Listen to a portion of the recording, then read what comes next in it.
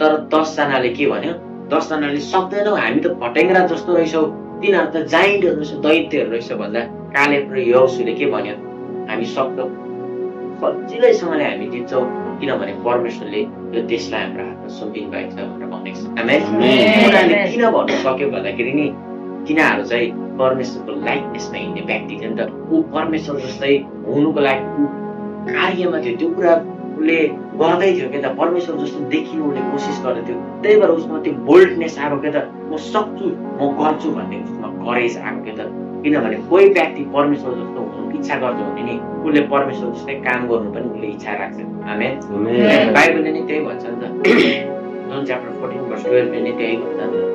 त्यही भएको कारणले गर्दा नि हामी मिराकल गर्नु छ भने, हामी तपाईँ र मेरो जीवनमा परमेश्वरको महिमा देख्नु छ भने नि, उहाँको ग्लोरीलाई तपाईँ र मेरो जीवनमा भएको देख्न चाहनुहुन्छ भने, उहाँको शक्तिशाली कामलाई, उहाँको हिलिङ, उहाँको मिराकलको कुराहरूलाई, डेलिभरेन्सको कुराहरूलाई तपाईँ र मेरो जीवनबाट भएको देख्न चाहनुहुन्छ भने नि तपाईँ ख्रिस्ट जस्तो भएर हिँड्न कोसिस गर्नुहोस्।